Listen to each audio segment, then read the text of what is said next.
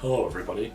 Normally, I would have an intro skit here and everything for one of these videos, but unfortunately, because I kind of did the echidna shirt thing last time, with the end of that video, I don't feel like we can really do that here. So I'm not wearing that shirt, unfortunately, and we can't really do that skit again. But welcome to the Arc 4 review, essentially, right? Me reading Arc 4 instead of watching it and stating differences and telling you, keeping this video generally spoiler free except for the extra part that we'll get to, but we'll get to that. Welcome to the spoiler free review of me reading Arc 4, as well as also, giving my thoughts on the arc, because I haven't fully done that yet now, have we? So, Arc 4. To get into the real meat of it, you might be wondering, right? You might be an anime only watching this video, and you might be wondering, man, Nia, how bad is this compared to the previous arcs in terms of cut stuff? Bad. Real bad. I don't know if you saw the previous video where I, talked about the first few arcs and reading those and everything, but I mentioned in that the third arc wasn't adapted super well, right? Arc 4 is worse, and I feel like if you just listen to the community, you'll immediately get that info. Hell, I knew that info going into it. I didn't realize how bad it was, though. It is bad. Foreshadowing to later stuff is just taken out from the anime. Now that said, to be fair, there is one event in terms of foreshadowing that I can't go into for obvious spoiler reasons, but it also got literally taken out, essentially out of like the canon and everything for what happens there. And I don't blame them, because it doesn't make sense. It kind of fucks with the, consistency of the loops, so I understand why it was, most likely taken out of there. But, yeah, there's foreshadowing to a certain character in there for the web novel version, but, other than that, there's foreshadowing to other shit, right? Characters are built way more with the novel and feel like they have way more in terms of personality and everything than they do with the anime. Prime example I can think of is Garfield. Garfield just seems like an asshole for the most part in the anime until you get to the later parts. You notice very fucking quickly what type of character he is with the novels, just like pretty much immediately, right? They let you know immediately in terms of the writing and everything, but they've ruined that. There's a whole bunch here that gets fucked over. And if I'm going to be real for a moment, I will say that I do think the anime, much like previous arcs and everything, it does have good moments here, right? If I'm being real, I think I still prefer shit like the anime version of, Subaru talking to his parents and everything. I think that's super fucking well done to the point that I feel like it is better than it's done in the novels, right? It's like a similar episode 15 type of scenario. To be honest, just because of OST, voice acting, visuals, all that, I almost even want to include Choose Me in there, right? The Choose Me stuff. I think that also kind of belongs in that category. There's still stuff there that is really good, right? And animation-wise, I do gotta say, in terms of the anime, this arc looks fantastic, right? For the most part, I think it looks really fucking good. Compared to previous, stuff, like, the previous stuff in the series hasn't looked good. But I will say, with Arc 4 in the anime, it has looked incredible, especially my favorite fight, Garfield versus Elsa, or at least favorite animated fight, right? That shit, beautiful looking, love it, loved it on my first watch through, my second, my third, my fourth. I've watched this a lot, but, that shit is nice. That said, I do not think that the anime is, like, so much better with this regard that it's an improvement. No, it is real bad compared to this shit. Also something to note, I read the web novel of Arc 4. It's pretty interesting, right? It's nice. There's a lot of info there that you get as, like, just something extra compared to, the anime and all that shit. But here's something to note. It's different than this shit. I didn't realize that. But I noticed it the moment I got into some of the later stuff, like Subaru meeting like Echidna and all that. That happens after he meets Garfield. And I was like, that's odd. I guess that's how it happens in the novel and everything. But then something threw me off, because I occasionally look at the light novel art. And I remember getting, not much further in, right, just a little bit more in, and realized, oh, we're showing off the other witches now.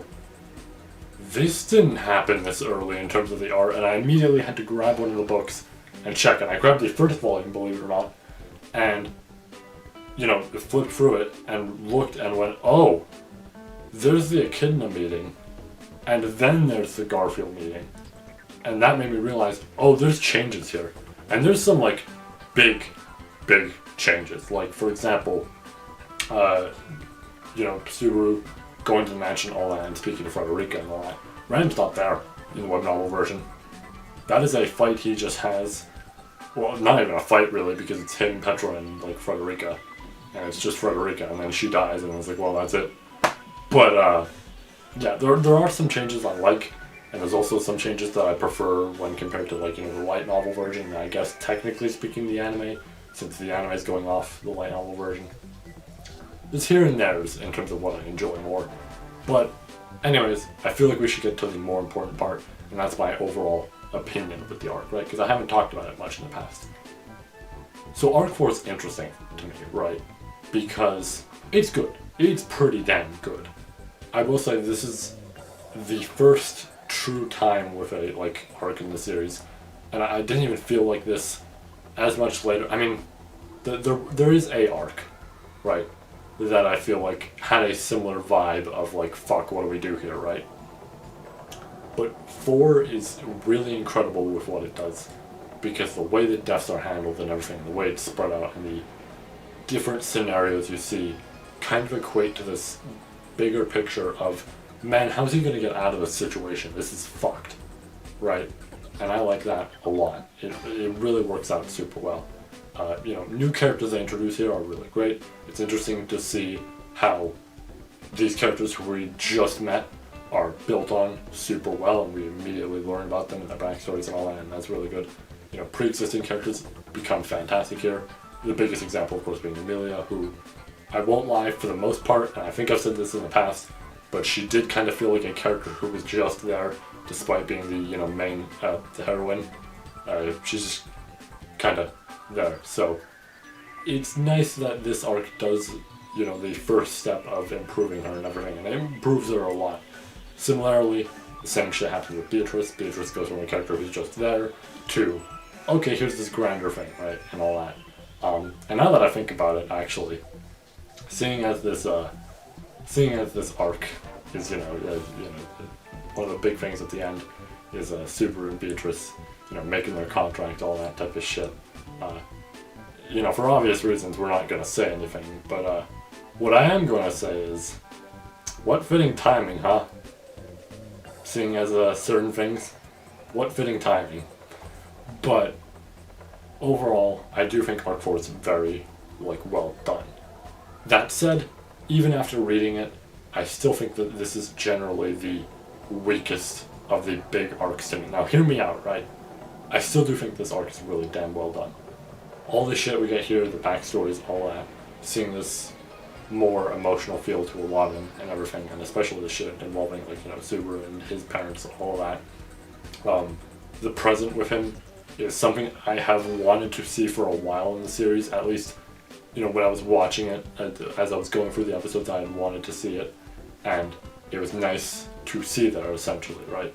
It was nice to see, oh shit, all of these, alternate type of deaths and all that, right? The loops, all that. Here's the scenario that would play out, right? That's something I wanted to see while I was watching it. It's weird to say I know, for a while there, but you know what I mean. It takes a bit to watch all those episodes up to that point. But all these interesting things, it's of course very fucking cool to see, all the witches and all that, because obviously, if there's one, then there's going to be 6 others, except there's also, 8. There's 8 others. But there's a lot of interesting stuff here, and there's a lot in terms of plot that's established and everything.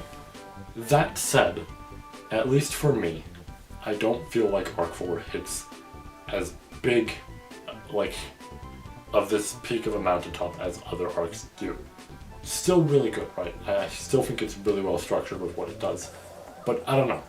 The third arc is just insanely good with what it does, and while being linear, it still is a super good arc with like what it manages to handle and everything.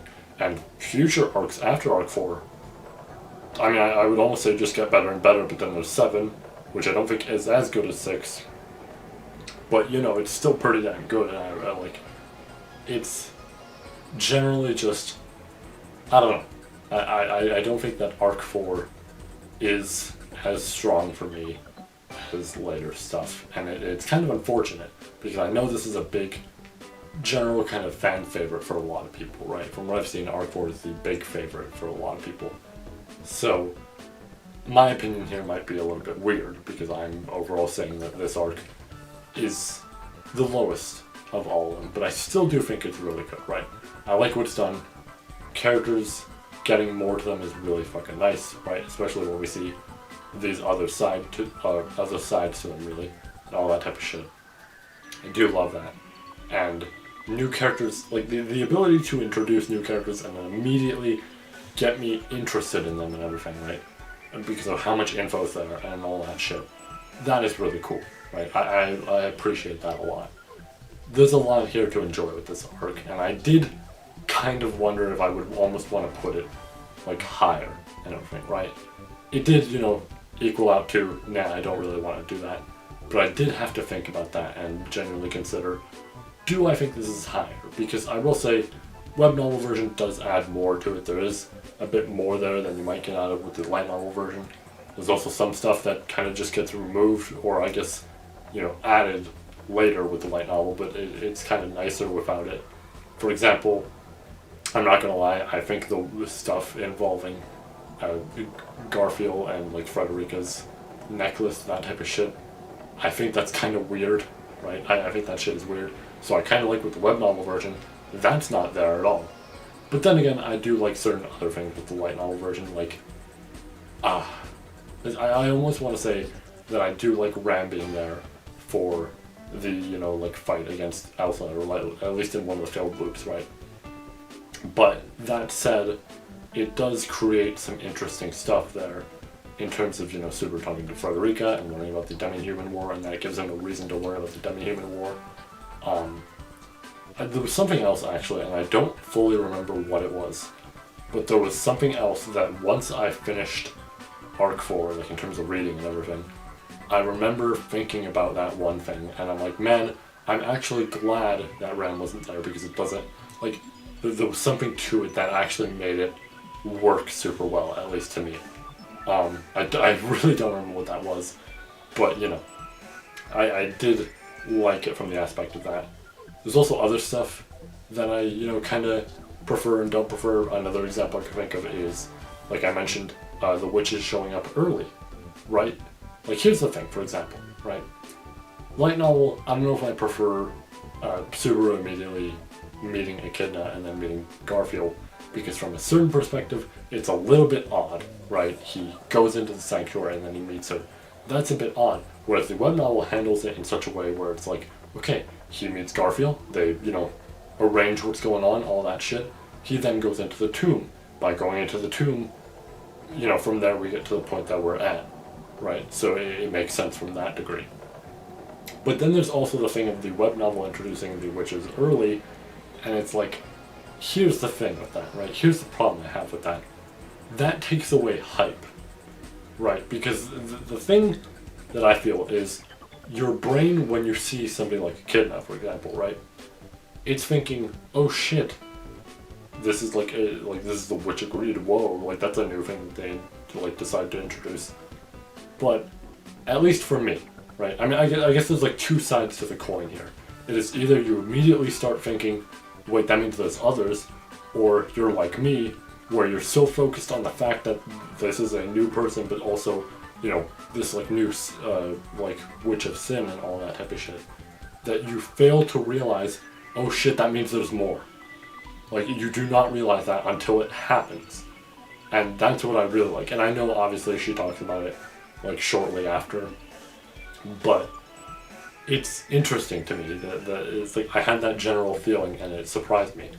So with either side of the coin, it does kind of suck a little bit when any hype that could be there that could lead up to this big reveal is kind of taken away because it just happens pretty damn close to, like, you know, Subaru meeting Echidna, right? It happens pretty damn close to that. Whereas, you know, with the light novel, and also similarly, of course, with the anime, this is a spaced out event, so hey, when it happens later, this is huge, right? This is a huge thing for that moment. It's like, oh shit, here we go. I don't know, there's things here and there that I do prefer with, you know, one version over the other and all that type of shit. But overall, it was still nice to go through the web novel and see what there is to that and everything. And, you know, I liked it. But overall, I think it still is the weakest of all the entries, unfortunately. Still very good, but definitely out of the long arcs, it's probably the weakest. You know, not as weak as something like Arc 1 or Arc 2, but that's self-explanatory, those are short arcs. But definitely, to me, it feels like the weakest. But anyways, that's about it for this section. Normally that would be the end for this video, but if I'm being real here, there's a lot, right?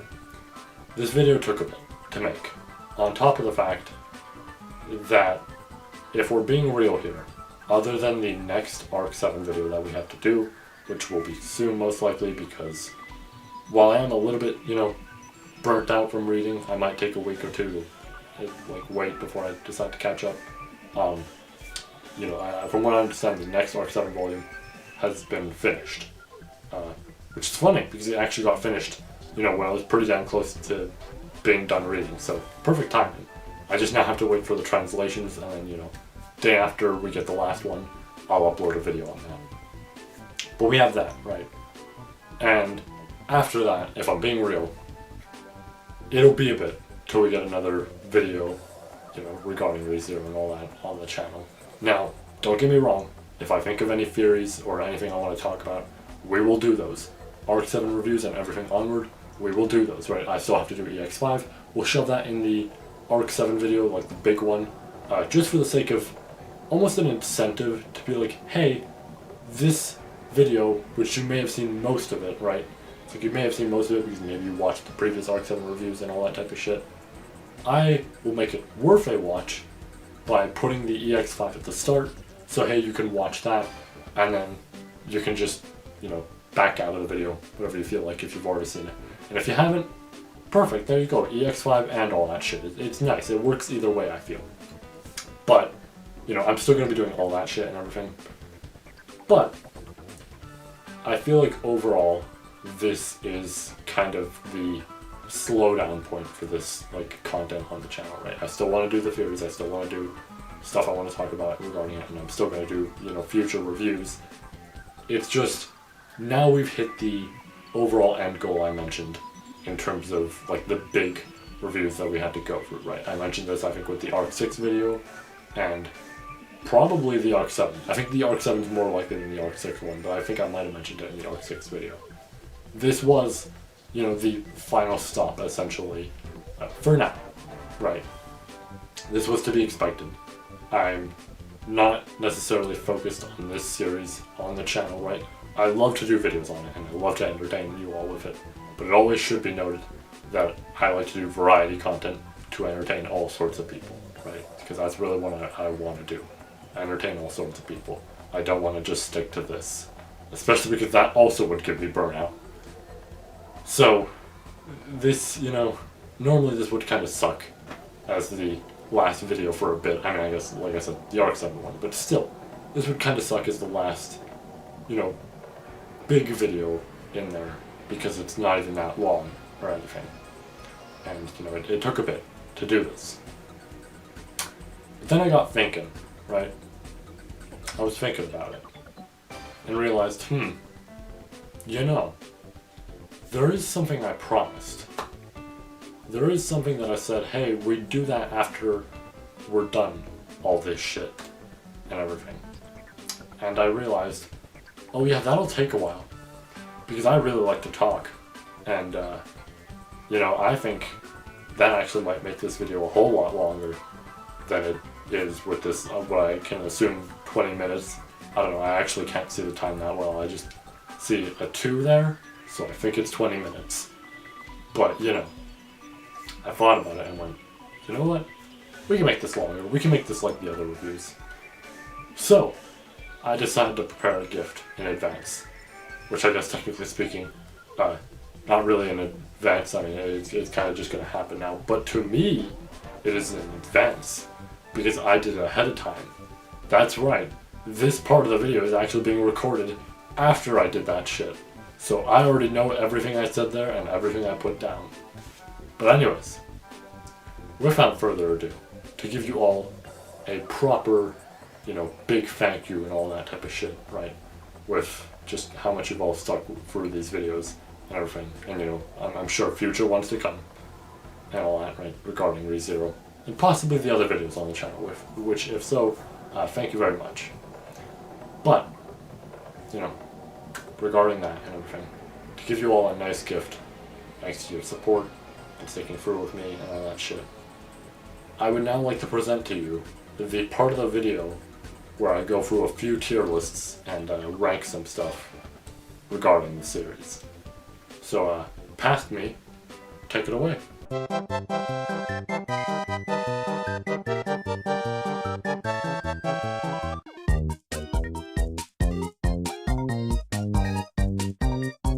Thank you, future me. Hello, everybody. Here we are. We're gonna make some tier lists now as to add on to this video, because obviously it would be too short without it, and I feel as though, you know, I should give you all something for the long way that it's taken to get to this point. So now you get to hear my bad opinions, and you are, you know, free to make fun of me for them.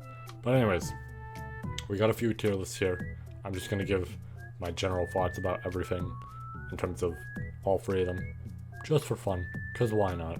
One of them's kind of just an intermission for the one I feel like will take a while. But yeah, for the more simple one at the moment, I mean, the next one's actually even more simple, but for the more simple than the last one tier list, we have the arcs. I mean, this is pretty easy, really, to overall speak about, because there's only 7 things. That said, I'm gonna have a lot to say, so really let's just get right into it. So we'll go with obvious chronological order here. So arc 1, I mean, it's obvious I'm gonna put this in C tier, right? Here's the thing, right? I don't think arc 1 is bad, right? I do not think it is bad at all. That said, right, it is a very short arc. It makes sense, it's establishing everything, all that. It's not surprising that it's going to be the way it is. But it's a good way to get you intrigued with the show. I don't really feel like I have to just say much about it. It's a short arc, very short, like it's 3 episodes long in terms of the anime, and it's like, well, I guess it might be more so 4 episodes, because I guess there's an hour-long first episode. But, you know, volume-wise, it's a singular volume, right? So it's not a very long arc. So, there's not much to truly say, but, you know, it's a good way to start off the series. C tier for good, right? And I mean, following that, I'm just gonna make the obvious thing of Arc 2 here, if I can put it first. It didn't let me put it first, so I had to drag Arc 1 over. Arc 2 has the same problem. It's better, right, than Arc 1, but it is still pretty damn short. I won't lie, also, Arc 2 does have a bit of a flaw where it does feel like it goes on a little bit too long, which sounds weird because it's short, like I said, right? It's not a super long arc. But there's a moment, you know, with the, like, essentially last loop where it's going through the chores and everything, and it does feel like, okay, we've seen this a lot by now. I don't know that I want to see it again, and I get why, but, you know, I feel like it's not super necessary there. Alright, so the third arc, I feel like I want to say, yeah, I'm going to say A, right? And when I put it in A, that's like pretty fucking good, right? Obviously. I mean, it should be clear with the 2 tiers up here, and me saying this is still pretty good. But the third arc is insanely fucking good. It's definitely what made me fall in love with the series. The first 2 arcs were very like good as well, or like they did a good job at hooking me in, right? I was definitely intrigued and interested with them. But the third arc alone made me just sit there and think, oh man, this is going to be an insane series to just fully go through and everything. And I knew, of course, with that point, I only had one more season to go through before going to the novels. And I mean, I wasn't huge on going to the novels, but then we did. So that was nice. But,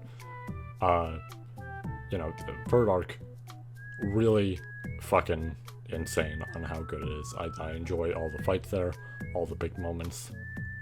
It feels like a really well-constructed arc that just has pretty much everything going for it. The only problem with it really is that it's very linear, right? Events kind of happen in such a way that it's almost giving the exposition for the problems that will arrive, and then we get to, you know, the more like proper loops of like the white whale dying and like Betelgeuse and all that, and that of course leads down to the path of like we did it, we like beat the bad guy. Like essentially it feels like here's all this stuff that happened, right? Like every loop is here's what's going to happen, right, and what we have to deal with, and then we get to the definitive moment where okay, now we're going to deal with that with this loop and all that shit. And it's like it sucks in that way because it's very simple in a way, so it does create that problem. But that's just really a small flaw with it, really, because I think overall it's pretty damn great. And even, you know, leading into that moment and everything, it's still really good, right? Because you get the big moment with Rem and all that and everything. Even anime-wise, right? As much as I did complain about the adaptation with the previous video, like related to this shit, I will say, you know, episode 15, all that, like 18, I really do love all that shit. Even like the white whale fight, that was animated super damn well, I would argue. And Arc 3 also has the, you know, heart-wrenching cliffhanger of like the shit that happens to Rem, which is a big surprise because, you know, with the way everything seems with the arc, like I mentioned, with the overall linear structure, it does take you by surprise to see that it ends in this way. I do like that a lot. Third arc is definitely worthy of being an A tier, I feel. Now, Arc 4, I probably mentioned it in the video, but I might get some hate for this, for where I'm going to put this. But I'm going to put it in B. Here's the thing. I really like Arc 4, both pre-reading and post-reading. I mean, post-reading obviously made it better, but like, you know, it's still a very good arc. In fact, the best thing I would argue the arc has going for it is, I mentioned the third arc feels very linear. Arc 4 did not feel linear. Arc 4 felt like it was a legitimate, like, depressing scenario by the later, you know, half of it and everything. It felt like Subaru couldn't do shit in this scenario, and I really loved it. And I loved the overall bigger grand scheme of things in terms of the plot, all the shit it introduces, right, the witches, all that, all this stuff related to backstories with all, like, a bunch of the characters, like Amelia and Beatrice and all that, and the introduction of Garfield, right. There's a lot to it that's super good.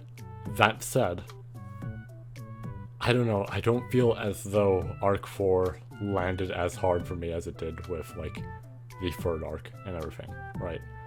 I feel like I enjoyed more out of the others than I did Arc 4. Like, Arc 4 is probably the lowest out of the big arcs. It is still really good, don't get me wrong, but I just feel that I don't have the same love for it that I do for the other ones, right? Still really damn good. I do really enjoy it a lot, but I do think it's the lowest, and I know there will be some people who think that's weird. That's fine. I have weird opinions anyways. But anyways, moving on to Arc 5, which seems to be the most hated arc in the community. I mean, I guess there's Arc 7 that's getting to that point, in a way, at least with some moments it was. But, this, I know Arc 5 was pretty damn hated a whole lot with the community, or at least a decent bit I saw it.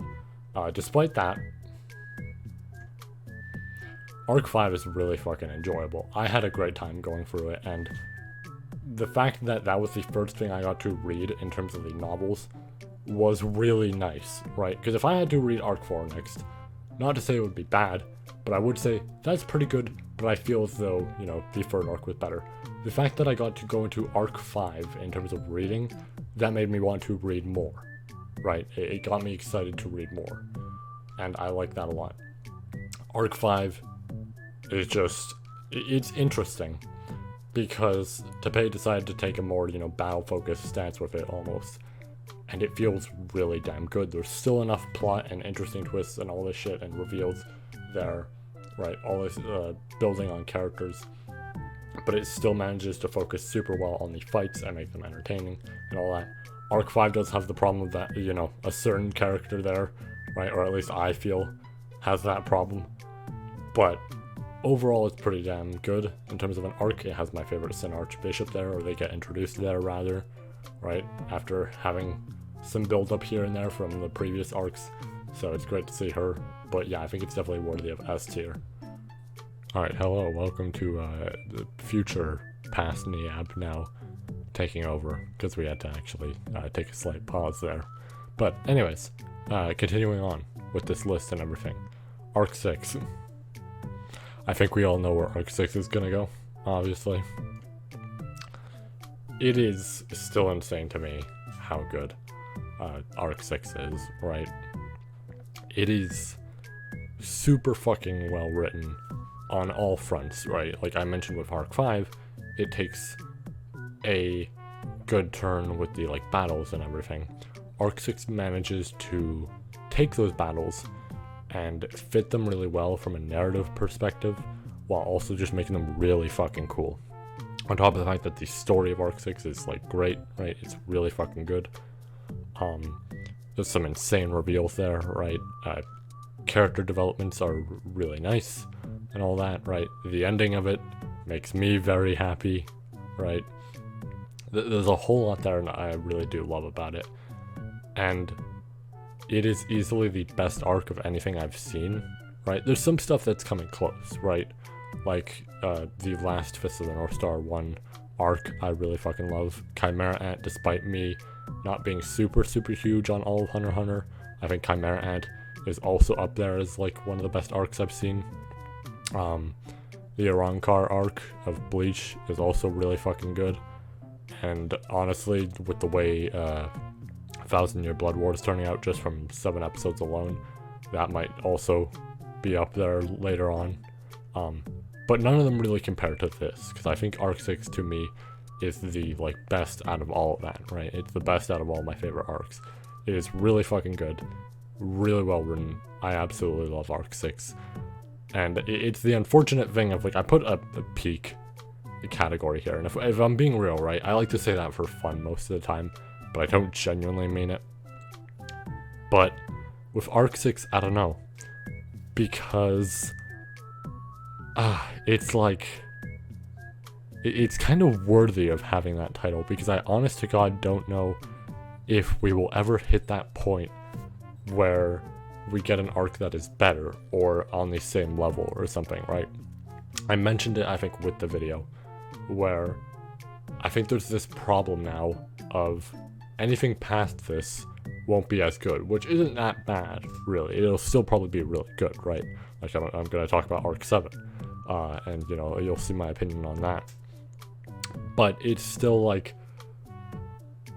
there's nothing that's really going to hit this same level, right? And that's what kind of sucks about it, is, like, we've peaked at the 6th arc, and there's, like, going to be around 11 in total, should Teppei stick to that number.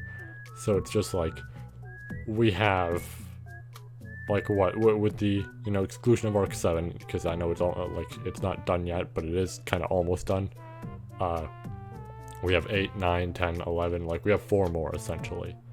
So, I don't know if we're going to hit that same level within those next 4, but who knows? We'll see. I kind of doubt it, but maybe it'll happen. Maybe I'll get surprised somehow. But anyways, Arc 7, I might, just because of where I put Arc 4, I might also get hate for this. I think Arc 7 is really damn good, right? And here's the thing with it. It starts off kind of slow, because a lot of the start is just progression to the, like, you know, later stuff that happens and everything.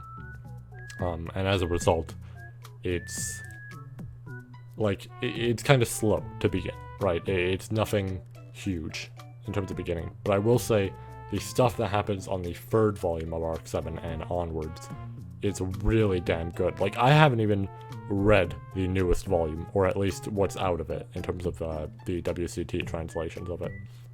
I haven't even read that newest volume, but I've heard some insane shit out of it. I've been spoiled a little bit.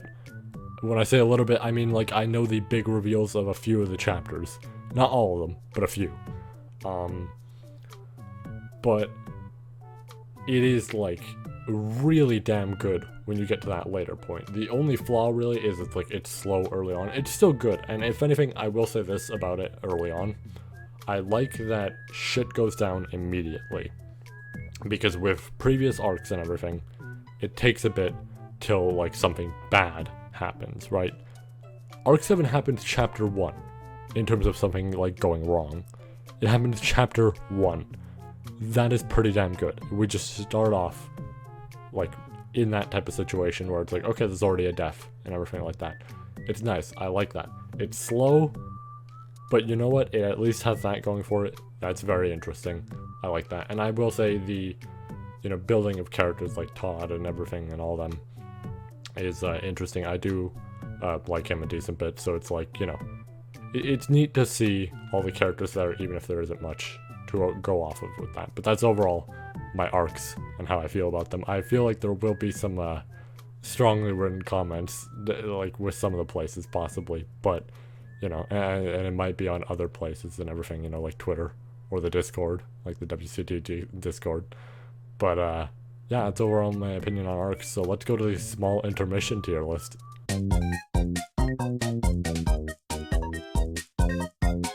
Alright, I bet you guys weren't expecting this one.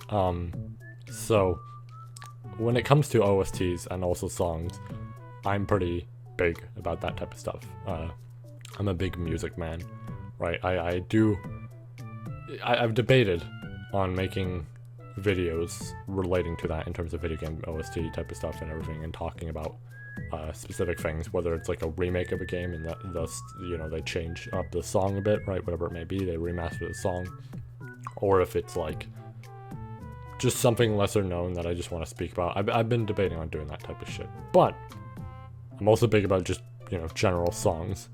Here, of course, we have the list of all the songs here.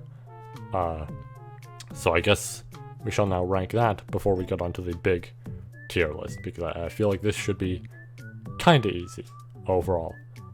This time, I don't know that I'm going to start in chronological order. I think we're going to go from lowest to highest, which might take me some debating on thinking about. I think the easy first one, and I also, like, specifically made it, you know, C to S. At least I think I deleted a tier. I might not have. It might have been C to begin with, but I think I deleted a tier. Mostly because I don't think there's really any bad songs necessarily. I think bare minimum they're good, right? So it's like, I don't really feel like we need a lower tier or anything like that. I feel like C is good enough, right? All that, it works, right? C is the good tier, essentially. I think to start off, I think we're gonna do, what is it, like Boy's Dream or some shit like that. I think that's the name of it. It's good. It's a slower song. I think I mentioned this actually on the podcast with my brother, right, when we were talking about it, and how I mentioned the like VA tracks. There's only one that I'm like, I think that's good, and it's mostly because it's just a slower type of thing. It doesn't really feel like too much of like something more grand, I'm gonna say, right, something like that. It's a good song, right? I like it. It's nice and slow. It's a simple just guitar essentially for the instrumental and all that. It's nice. That said, I don't necessarily listen to it a whole bunch just because of I'm not huge on it. It's a very, you know, like calm song and everything, which isn't to say like that's bad. It's more so just, you know, usually I'm not in the mood for that much of a calm song. So I think C tier is pretty good for it, right? I think that's a good place. Still good, right? But it's, I wouldn't put it really any higher. Even if I listened to it more, I don't think I really would. I mean, I have listened to it a decent bit already. So, yeah, I think it's generally worthy of that place. Next, now it actually kind of gets hard, I'm not gonna lie. Because I feel like the obvious one I have to do, because I think this is Believe in You. I feel like I have to put that one on next. I'm just like thinking about everything now. Yeah, I think we're gonna put that, but we're gonna put it above, of course. Still a good song, right? It's a nice ending song, but out of all the ending songs, it is probably like the lowest of them all. Still good, of course, but I'm not as huge on it as I am with the other ending songs. It's I don't know how to describe it, but I can't really vibe with it as well as I can with the others. There's something about it. Still actually pretty damn. I honestly almost want to put it in low B. I think I might even just put in low B, because it is actually... You know what, we're going to put in low B. No, I don't think C is where like it should be. I think like a low B. This is going to be, unfortunately, the only one in C. But that's fine. I think that's a good spot for it, like the lowest of B. I think it actually is pretty good. It's just... probably, you know, lowest of all the endings and all that. Next up, ooh... What would we put next? There's like some things I'm looking at, I'm not gonna lie. And some people are gonna think I just have a hatred or some shit. For like a certain VA. It should be obvious what I'm saying. But,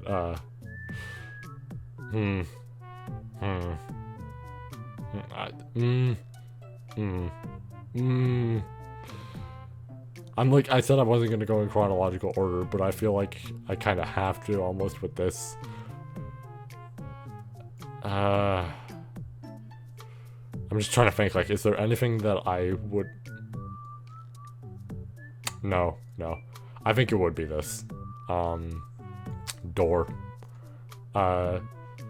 Still a good song, right? I would put it higher than these two. I think it's pretty damn good. I don't know, I'm just not huge on it, and this is not to, like, you know, insult Emilia's, like, VA or anything like that. I think she's actually a fantastic singer, genuinely.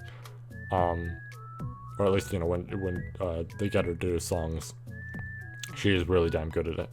But, that said, right, I'm not necessarily just huge on these songs. That's just how I feel, like, honestly. It's gonna really sound like I have some sort of bias here, and I don't. I really don't. It will seem like I have a bias way later into this list. I don't. And you might get the wrong idea when I say that. And, no, we're, it might be different than what you think.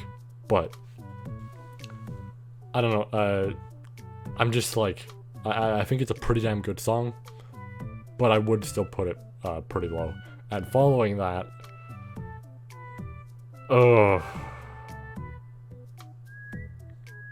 I think I have to choose it. I'm being genuine. I do not have a hatred, right? I'm like, it's gonna sound like I do, just because of how much I have to keep repeating this and because of the way this list is already. But it's just like, it's just song-wise, right? I don't know why, but it might just be the instrumental. I don't know. Actually, Stay Alive might have to be higher. What do we have on here? Actually...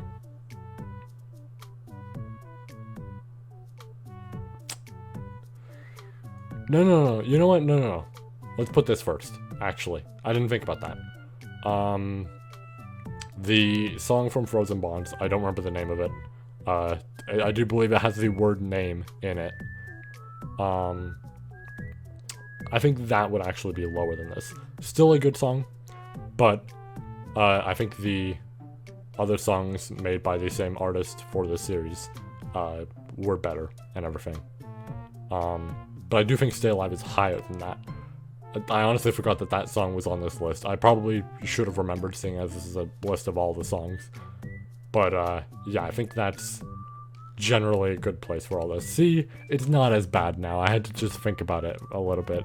It still kind of looks bad, seeing as, you know, you got a fucked up triangle over here, in terms of where all this is. I now realize that my cursor actually isn't showing, but I'm kind of putting it over all three of the, you know, VA tracks.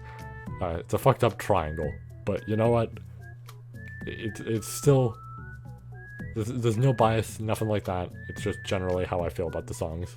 Like, honestly, it really is. But yeah, anyways. Now I think we hit the hard part. Actually, maybe not. Because I'm thinking about what's here. You know what? No. White Snow. I'm gonna be real. I want to tell a funny little story about this song. Before yesterday, I did not know that this song existed. Here's the thing. I knew it played in Memory Snow and all that, right? I knew it played there. But, like, I remember hearing it, right? Because, like I mentioned, you know, the podcasts and all that, my brother going through the series, I had rewatched the OVA as a result. And I remember hearing the song, and I'm like, oh, that's a neat song. I'm gonna look it up, right? I didn't get this. I got Relive as a result. I could tell Relive was not the song I was looking for. I could immediately tell, because yeah, this is way more upbeat than this. But I was just like, okay, I guess it's Relive somehow. Then I wondered, I'm like, maybe it's a track they've played before in the series, so that's why it was just like that. No, there was most certainly another track there. It just, for whatever reason, gave me Relive, and I think part of the problem is both of them are from the same artist, right? Like Nonok or whatever. I don't know how to pronounce the name, so I may have completely butchered that. But it's like, you know, both of them are by the same artist, so I easily could have fucked that up, you know, super hard, because it's just like, oh, well, that's the artist, right? I could recognize the vocals, and everything, like, you know, the general sound of it. So I guess my brain just automatically was like, okay, sure, I guess it's Relive. Doesn't sound like it. Maybe it's a very slow version that they never released, right? But I did listen to it. Pretty good. I think I would put it at the highest spot of B. I think it's pretty damn good, honestly. But, you know, I think that's a good place for it, overall. It's a nice song. Probably the best out of the... Actually, I'm thinking about it now. It's like, I was going to say the best out of the generally slow songs. But I guess we do have one more on there, don't we? I'm looking at it. But... Alright, so now we should roughly go into, like, A and S tier with the next few selections. What do I want to put next? This is where it gets really hard. What do I want to put next? I know which ones I'm not going to put next, or at least a few. You know what? I think I'm going to do Long Shot at the bottom of A. It's a good song, right?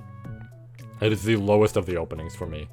I don't know. It's still really good, right? Still a really strong song. I like it a lot. But I don't like it as much as other openings. Also, visual-wise, not great, right? That visuals don't really, like, count anything. I'm not counting the visuals at all here. I'm literally going off songs. But I just want to mention that of visual-wise, you know, unrelated to the actual scoring of it. But I don't really like the visuals too much, mostly because it feels like you could very easily get a seizure from the start of it. And then also it's just like, okay, afterwards, right? There's some interesting stuff in there, like the stuff with Beatrice and all that, but, I don't know. Generally, I'm not huge on it and everything. Or, well, not huge compared to the other openings is what I mean. Still pretty damn good. Also, I don't know if it's just some sort of Spotify issue or something, but this song is way louder than any other song that is in my, like, playlist. It is just loud. It comes on, and it is a jump scare. You could honestly God set this thing as an alarm. It would do a fantastic job. But okay. Next. I mentioned Relive. I might honestly put Relive here. I gotta think about that for a little bit. It's Relive. You know what? I'll give you all the surprise right away. The next one is either Relive, right? I'm considering that. Or... Yeah. Yeah, I bet you thought that when I said bias and all that, bet you thought I meant, this, and you thought I was gonna put it higher. No. Now I'm just debating on which one would actually go next.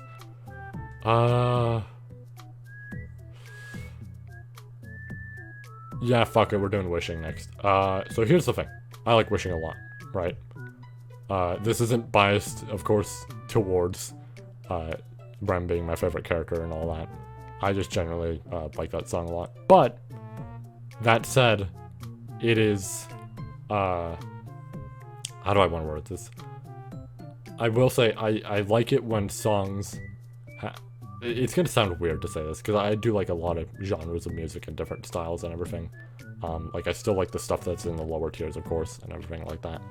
But I do like when a song does take a more... I mentioned something similar earlier, of like a more grand approach to it, and everything like that. There's one in here that I feel does, and now it should be obvious on which one I'm talking about. But, I do think Wishing is still really good. I do like it a lot. I don't know, though. I don't think it's super huge for me.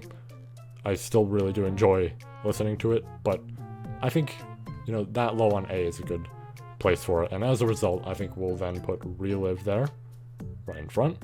Relive's really nice. It's honestly... Relive is probably the only upbeat song in the series, and I mean like upbeat as in like proper upbeat, not like, you know, something like I would say Wishing is, where it's like, oh, it's upbeat in a way, but it's more so, you know, slow, calm, right? It's like, because it's essentially, you know, Rem speaking, and all that, like to Subaru and all that. But I feel like Relive is the, you know, proper only upbeat song in the series, so it's interesting, and it's also pretty damn good. I almost want to put it higher. And you know what? We might get back to that. I might put it higher. I'm just like considering that, and I'm like,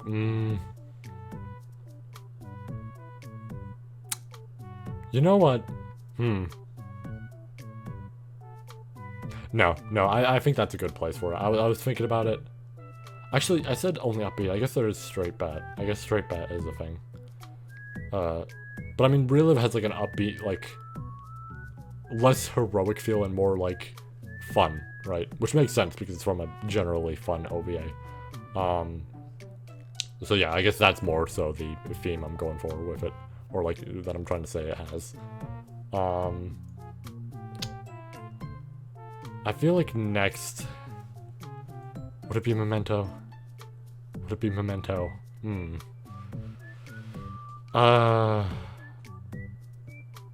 Yeah, you know what? Memento's really good, right? Like, really good, honestly, I would say.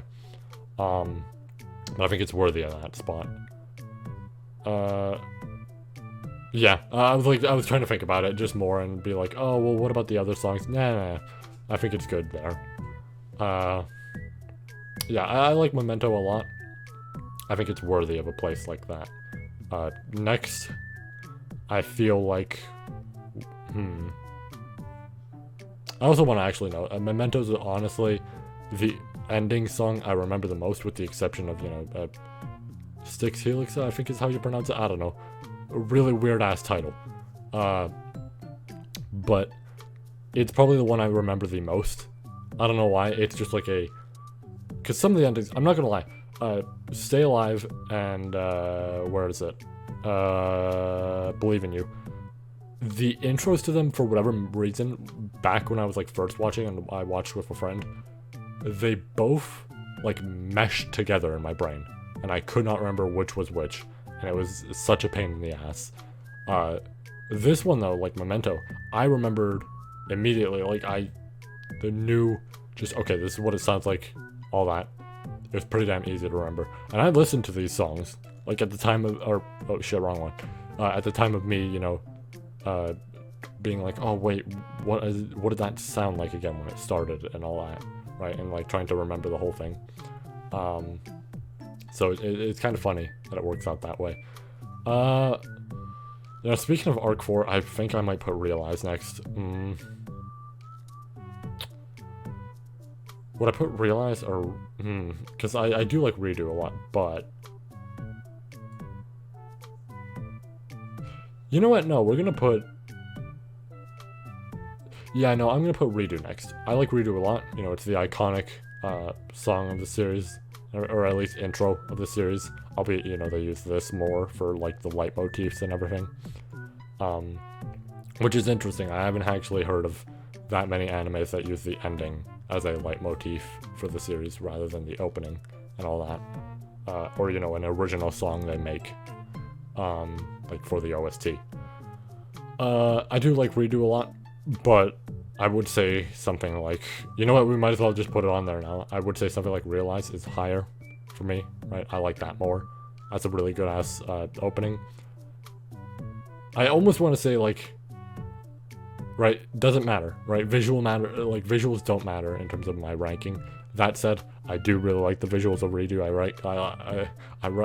Why was I about to like say it like that?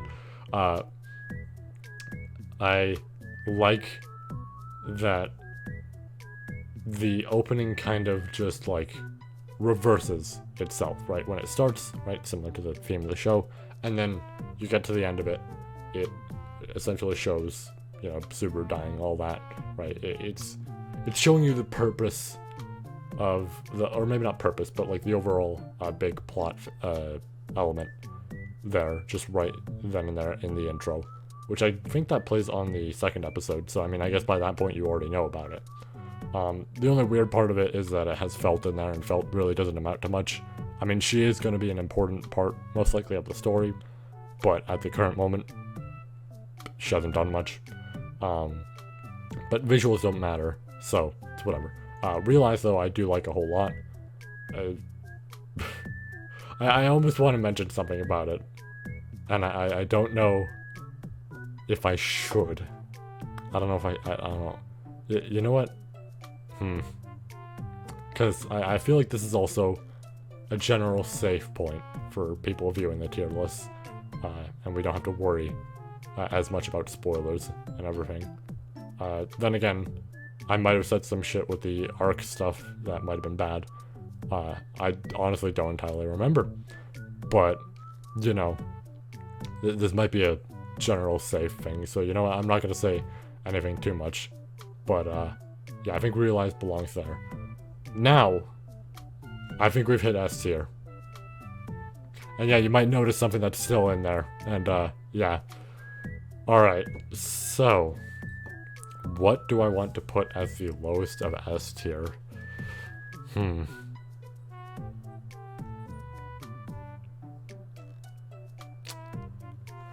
I think I'm gonna go Styx Helix. That's the lowest. Still, like, insanely good song. But I think out of all our options here, I think that might be the lowest. I do like it a lot, right? Good ass song, very memorable. It is like the series song for me, right? If you were to ask me, like, oh, what song do you think represents this series the most or something like that, I would absolutely say this, right? That's just how I feel with it. So I think lowest of S is correct for that. Now what to put I mean, I think I know what to put next. Straight Bet. I like Straight Bet a lot, right? Really good. I like that there's even an entire chapter / episode named after it. I think that's I'm gonna call it like an Araki with JoJo scenario, where for context for what I mean by that, if you aren't a fan of that series or you haven't even made it that far, Araki, the creator of JoJo, created some stands and stuff like that, like the abilities, right? And also characters with the names of some Sold Out songs, which is a like Japanese band. I enjoy them a lot.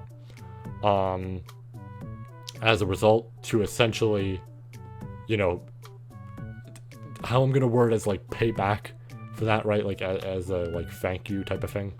Sold Out made some music for a canceled OVA, which it's unfortunate that it got canceled essentially, but they made a track for it. It's a really fucking good track.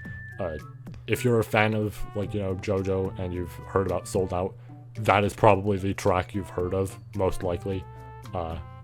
It's really damn good.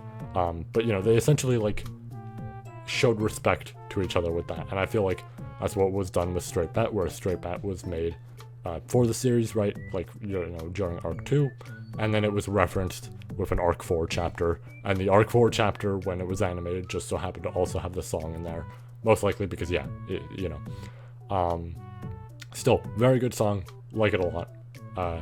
It's nice. Like I said, it's similar to Relive, where it's upbeat, but it's upbeat from a, I'm gonna say, like a heroic sense, and I like that a lot. Okay, the last three. I'm sure some of this might be shocking to some people, but once again, I have weird opinions.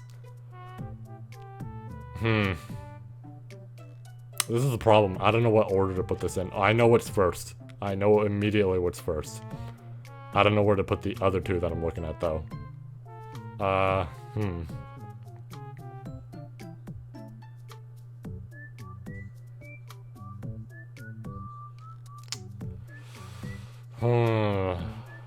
I'm just like thinking about it.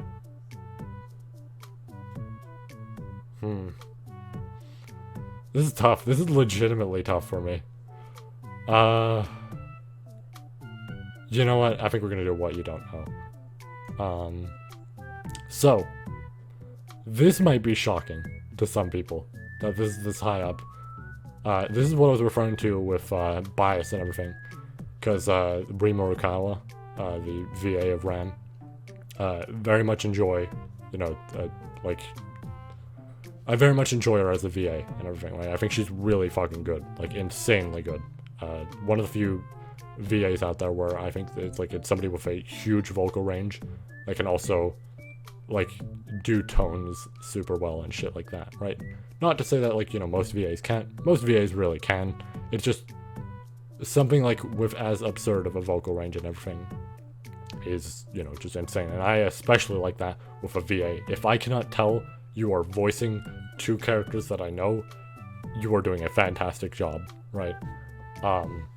Like, that's how I generally feel about it. Now, this is not biased, right? This placement is not biased, though she does have a very good singing voice.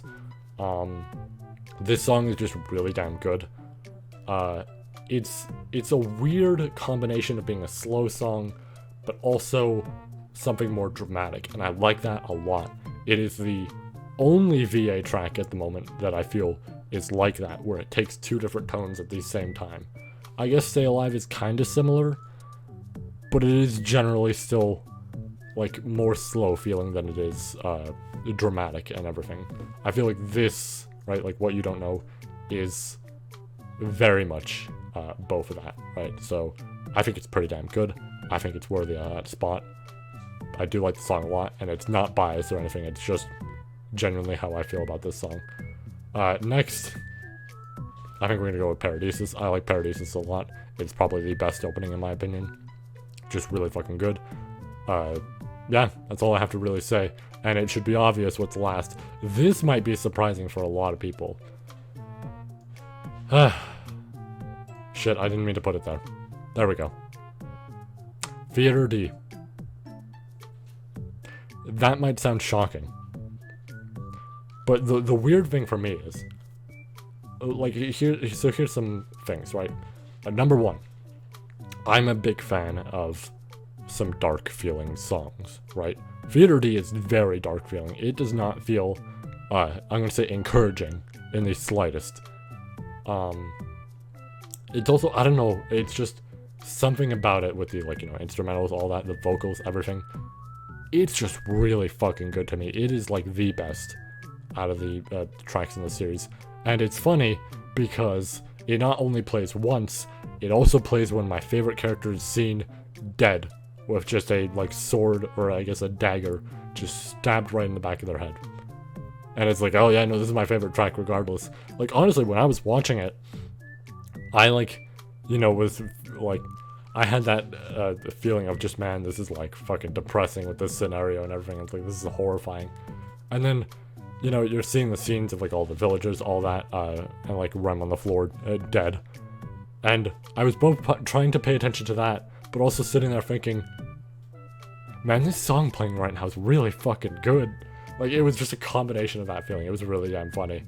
But yeah, that's generally how I feel about the music. So I guess let's move on to the, probably longest part of these tier lists.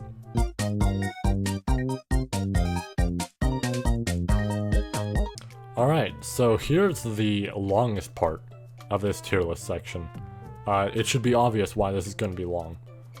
So just to start off, I put a general, like, large amount of characters here because, for the most part, I want to look at these characters from how I feel about, like, them in general, writing-wise, all that, right? How interesting they are, if there's nothing else, right? I mean, interesting, like, also fits into their placements and everything, but if they have nothing else, really, I'm gonna mention something like that, and how much I'm like, oh, you know what, I want to learn more because of this and that.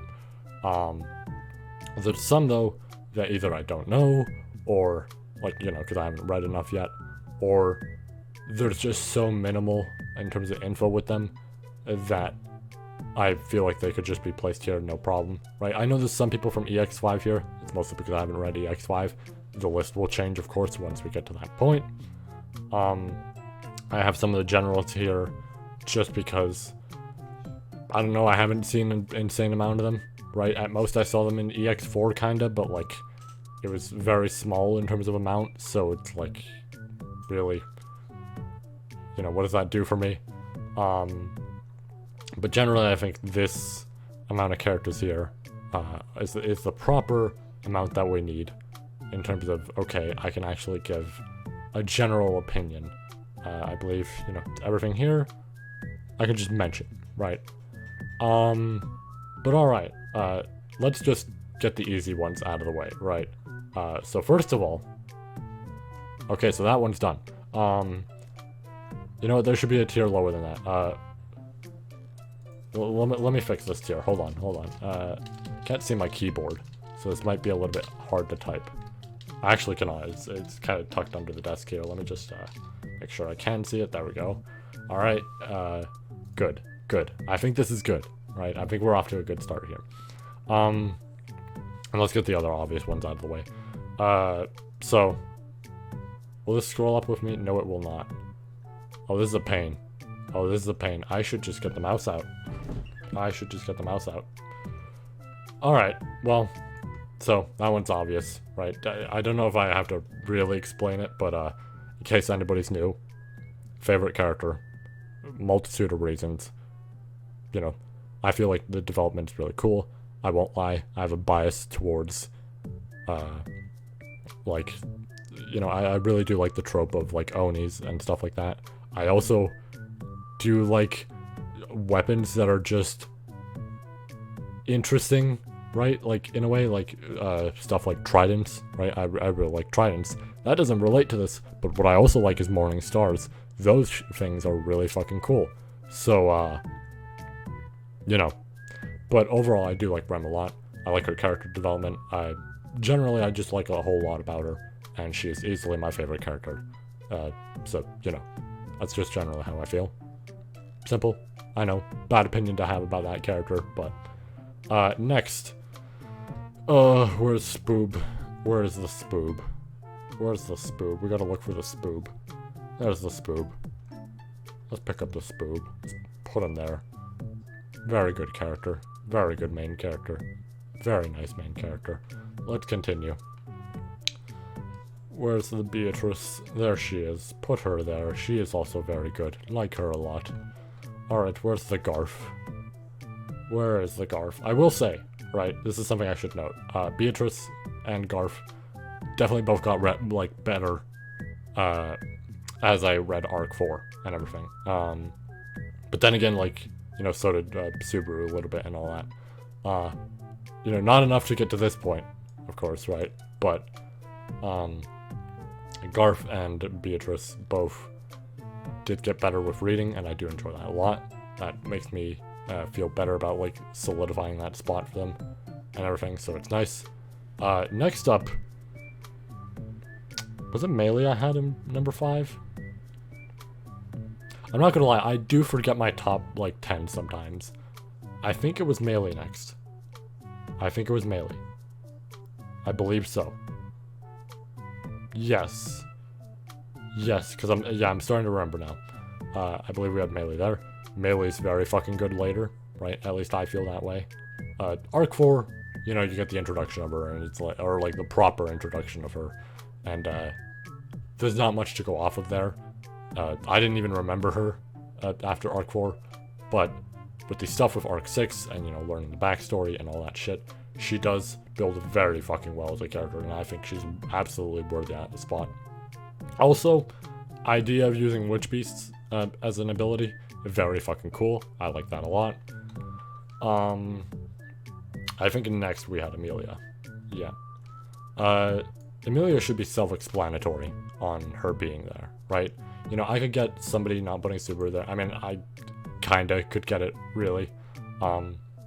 Some characters I could get, like, you know, that some people wouldn't put them here. This one's weird to me, right? Because I think, like, everybody's gonna have their own opinions, of course, and that's fair. But, like, with the amount of building she gets, really? Really? So I don't know. It's odd to me when I see people mentioning that she's not even, like, super high up there at all. Like, not even top 20. I'm like, what the fuck? I think I know what's next. Because that's 6, right? Yeah, that's 6. In that case, I think the next one might have been... I want to double check that I realized what I forgot. Did I have RAM higher or lower? Hold on. I have it on my phone. We're just gonna double check that, because I don't remember if I had RAM higher or lower. Might have honestly been either or. That's the problem I'm having right now, because both of them are really fucking good character-wise. It could have been RAM, it could have been Amelia. I had RAM higher. Okay. Most likely because, yeah, Arc 6, I really enjoy RAM in Arc 6, and I think Arc 4 does a fantastic job for her. Even introduction-wise, she's not bad, right, in Arc 2 and all that. But just Arc 6 was insanely good for her, and it helped build her a lot. I honestly forgot I did have her above Amelia, probably because I feel like they're both pretty damn close in terms of placement, like, honestly. But, you know, I think she's worthy of being up there, which means I now don't have to look at that list anymore, because I know who's next. Cappy. I like Cappy a lot. Her ability's really fucking cool. She is an absolute scumbag, and I love that, right? It's like, they do the best job at making you hate her, and it's really good. I enjoy any type of villain overall, as long as, you know, done well, and I think Capella is probably the best scumbag type of villain I've seen. Really damn good, right? Like her a lot. Very cool ability, and the connections she has with certain characters makes both her and those characters better.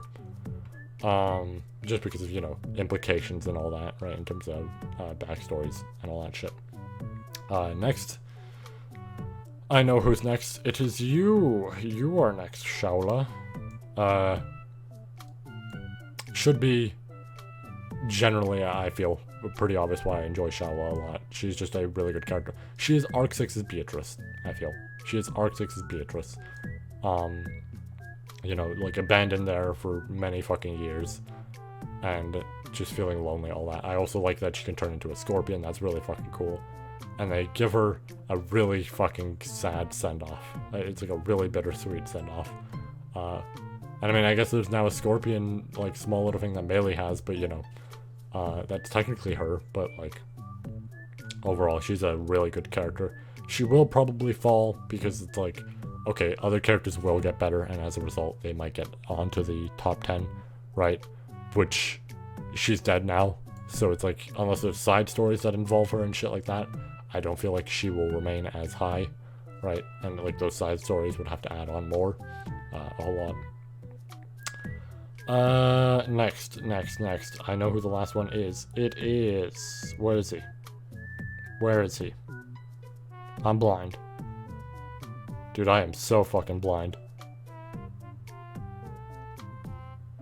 Yeah, I can find this. I can find this. I saw it, I think. Yeah. I went over him multiple times. Wilhelm, I feel like it should also be obvious with him. His building throughout the, you know, EX Volume 2, 3, the third arc, right, fifth arc, all that. Really damn good. They did a, like, or Teppei did a fantastic job with, you know, making his character and all that. I like him a lot. I also like seeing it, you know, go Grandpa Go, fight the giant whale and shit like that. Like, just dude who you would think wouldn't do a whole lot of fighting at his age, just absolutely going in and being a monster. But alright, now we get to the interesting stuff. The stuff that I have generally not stated too much. I mean, I guess, okay, there's characters who I feel are close to the top 10. For example, I think Al is very good, right? I mentioned this before with Arc 7, that I feel he's getting to that point where, you know, I think he'll end up as a really damn good character, so I think he's worthy of being up there. We got, there's more. Krush, I think, is also worthy of being up there. Here's the thing I'm gonna say, actually, anything below top 10, I don't necessarily have an order for the most part. Some of them might, like, actually have an order overall, but generally it's like they're all kind of mishmashed in there, as there's a lot of them that could just be in a similar stance in terms of, like, where I feel with them, and also, you know, with something like S tier, there's a lot of them that could move up, I would feel, if they get more and more, right, that type of thing. So I feel as though, you know, placing them without order is fine, because that's just how I feel about them. Like, any of them can improve. I'm trying to remember who else. Well, I feel like Echidna absolutely, I don't know if I mentioned her before, in terms of other videos, but I feel like she absolutely belongs there. Really fucking good character. They do a good job as, you know, portraying her as somebody who is just, like, Satella's, you know, bad from a physical type of standpoint with what she's, like, done, right, the actions and all that, but Echidna's probably the worst out of the witches from the general, like, grand scheme of a plan and everything, in terms of her, like, verbally, all that, right, how she views others, because a lot of the people who worked for her, or, like, you know, were helping her and all that, were generally used as tools, right, like, so I feel as though, like, it's a general really good villain type of character for Echidna. She's really good there. Also, design-wise, she's neat, right? I do think, actually, design-wise, she looks pretty damn nice. Wood. Anyways, so the more important thing to talk about is, you know what, I think Raid deserves to be up there, because I, you know, did put him in the top 10 before. I like Raid a lot. Really fucking cool. Yeah, he's an asshole, but, like, he's a dude from way fucking back, right? Like, the same age as Shaola, right? So it's like, yeah, he's gonna be an asshole, but he is pretty damn cool. Like him design-wise, so much so that I did, you know, cosplay him for a con. If you haven't seen that image, I'll give you the shortcut right now. Go to the summer video, like the Niab talks about summer 2022 video, and go to the part that I think says, like, Fan Expo or something like that, in terms of the timestamps. Go to that, you'll see it there. Or you could go to my Twitter, though that might take some scrolling, so I would recommend the video just because you could easily get to it way quicker. Louis, let's go right up there. I'm enjoying her a lot, and I think she's getting better. Can't wait to see what happens. I think her development from villain to now, you know, a part of this, like, the Amelia, you know, camp is interesting, right? I feel like she's gonna die at the end of Arc 7, but you know what? Death completes a person, and I feel like her death, if it's the way I'm imagining with a certain other character, right? I feel like it really will complete Louis as a character. Is there anybody else I would put that high? Actually, there is. I'm not using my brain. Because we got the jewels. Julius is very fucking good. I think he's worthy of being up there. They've built on him very well with, the third arc, EX4, fifth arc, sixth arc, right? Pretty damn good. I can't wait to see what they do more of them. I'm honestly interested to see if he shows up in arc 7, since he does have a big connection there. It'd be neat. They might not, but it would be neat. Yeah. So, generally, I think, it's nice to put him there. He might get higher, though.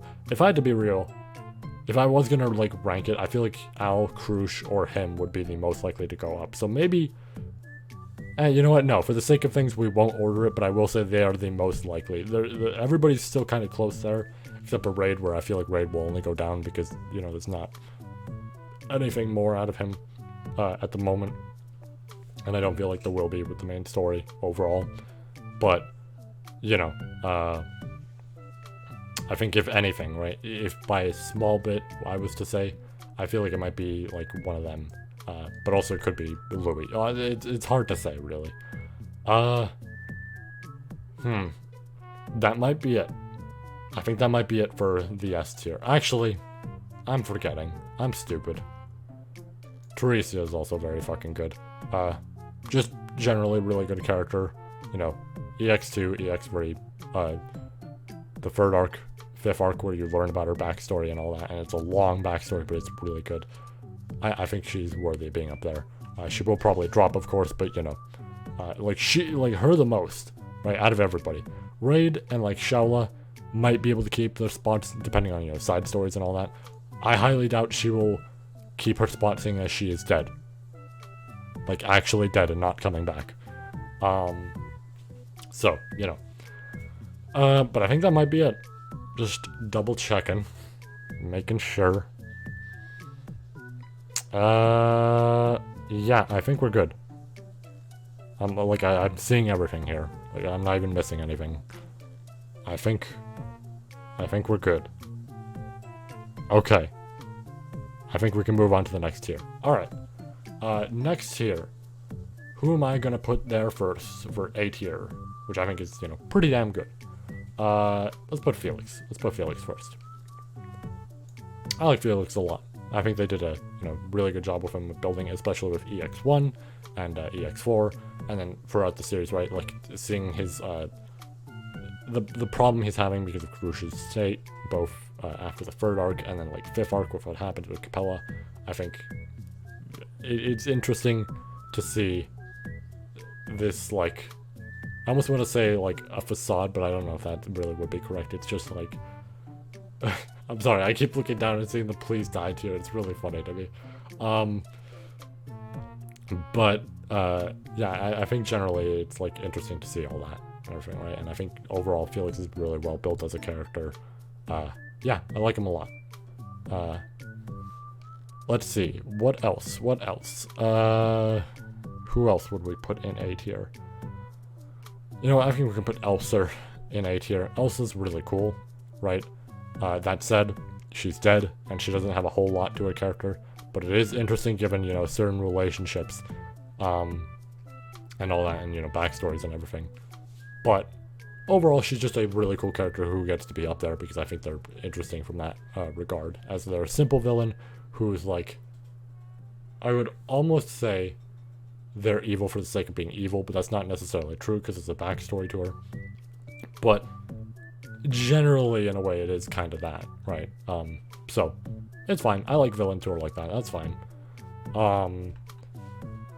Alright, next. Who would we put?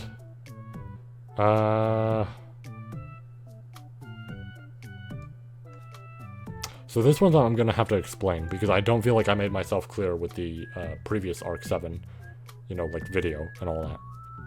I think Tenza should be up there.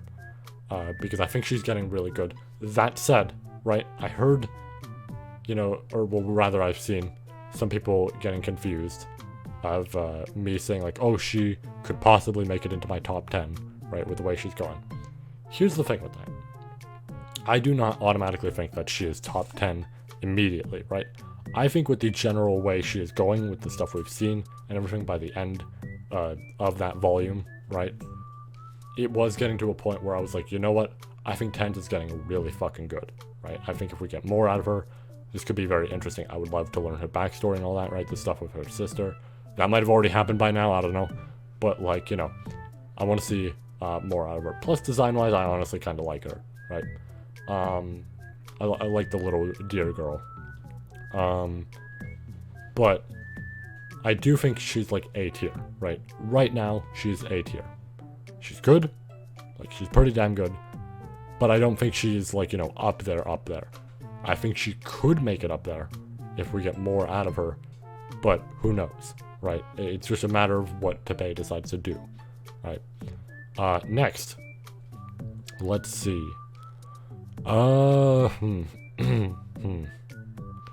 Who do we want to put next?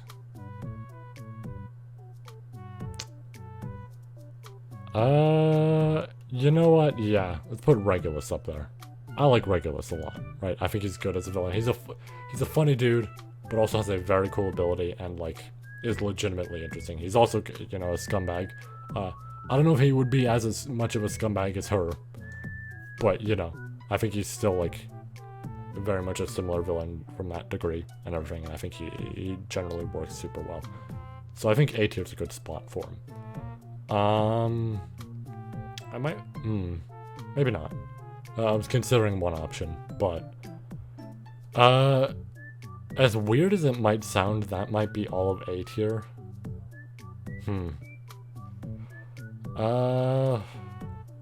That might be. I'm just double checking everything and being sure. Yeah.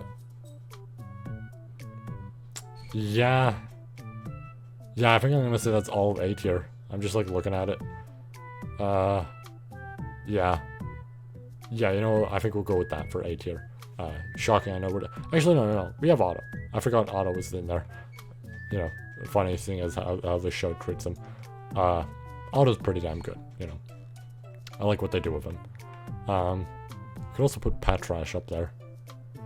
You know, I will say, you know what, for a dragon, right, for a dragon that really doesn't speak much, Patrash also deserves to be up there, just because, they do a good job with her. They do a good job with, like, no words at all, but able to convey it really well, and, you know, they make her the MVP a lot, in, like, a whole bunch of scenarios.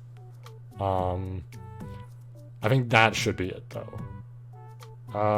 Then again, I do actually, like, I do like Todd a decent bit. So do I want to put him up there? You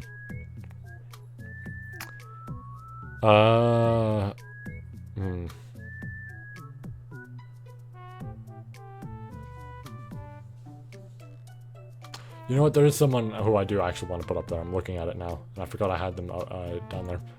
I do like Mimi a lot, especially because of Arc 5. I think Mimi became really damn good, so I think she deserves to go up there.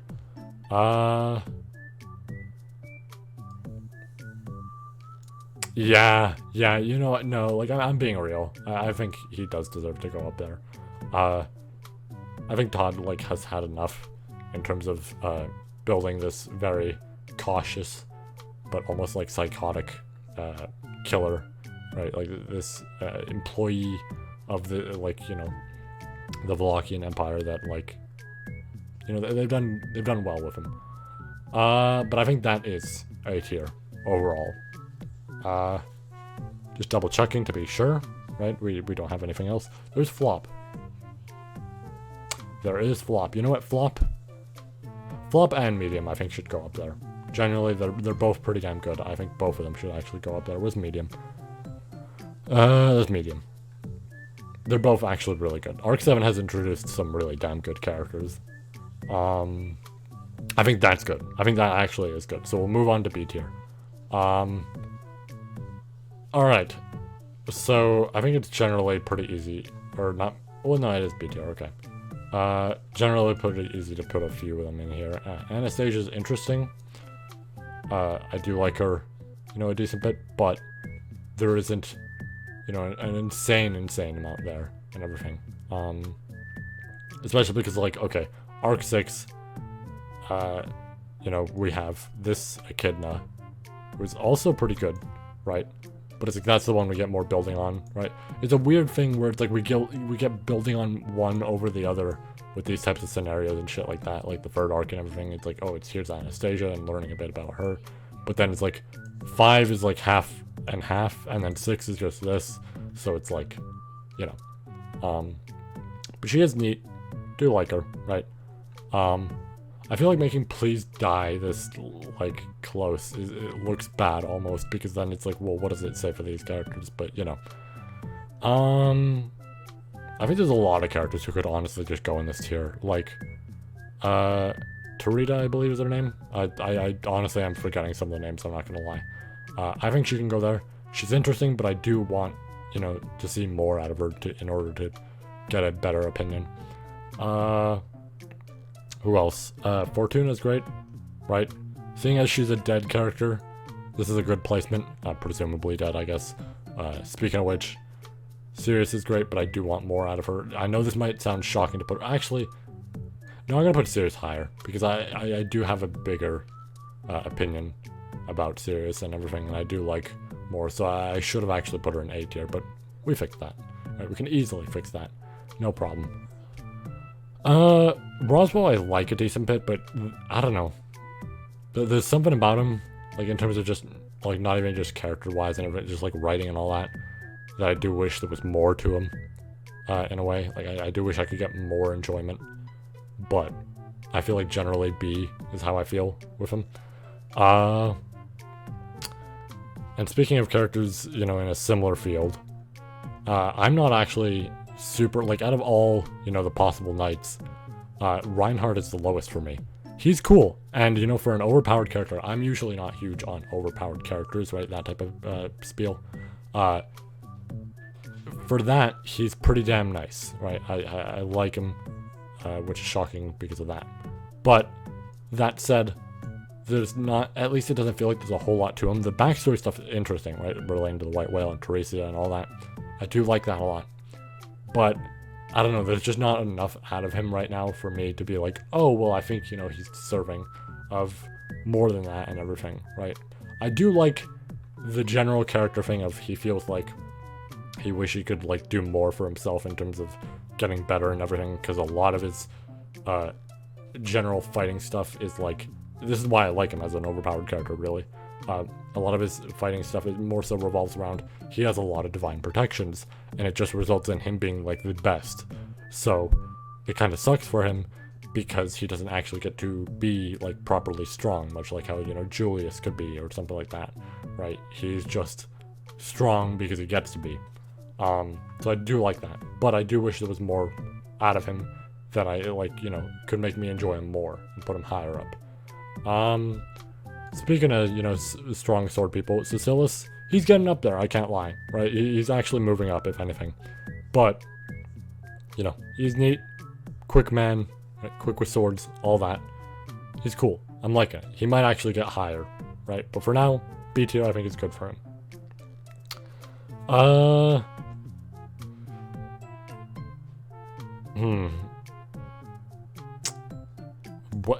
What was his name? I'm trying to remember. I know it. I just can't remember. You know what? We're just gonna put him up there. I'm trying to remember his name, and it's like on the tip of my tongue. I don't remember it. But, you know, I think he's worthy of being up there. I think he was pretty damn good. Even for just like EX1, they made him really damn good. So, I do like that a lot. Who else? I think Lai could be up there. Lai can be up there. Out of what we've gotten right now out of... Where is she? Satella, right? In terms of Arc 4 and all that. Believe it or not, I think she's, like, worth going up there, right? Because it's interesting. I like the split personality stuff. That's really cool. And I like to see, you know, both personalities and the differences that we've seen so far and all that type of shit. So I do like her to the point that I think I could put her up there very easily.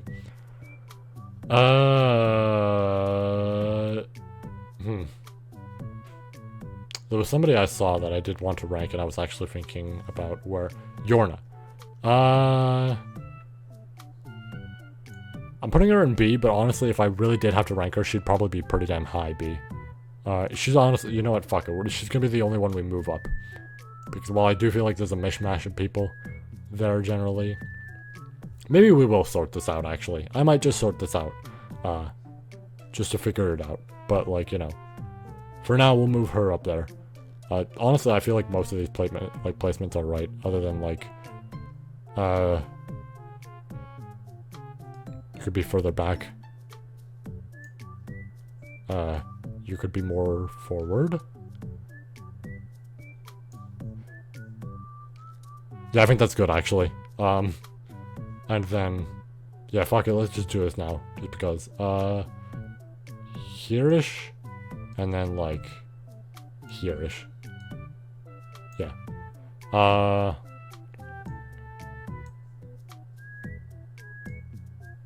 Yeah. Okay, that's good. And then, I mean, for this, we could just do, like, there, he's moving up, so you know what, I'm gonna put him actually, like, here, here,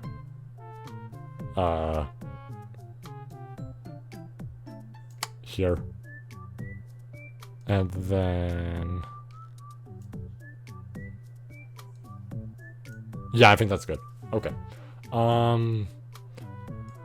Puck is probably B tier. And if I had to put him in a specific spot, I would go here, honestly. I like Puck a lot, which is weird because, like, Puck seems to be a character that, from what I've noticed, some people don't like. And I'm kind of shocked. I could kind of get why, I guess, but it's like, I don't know. He's good character-wise, I feel.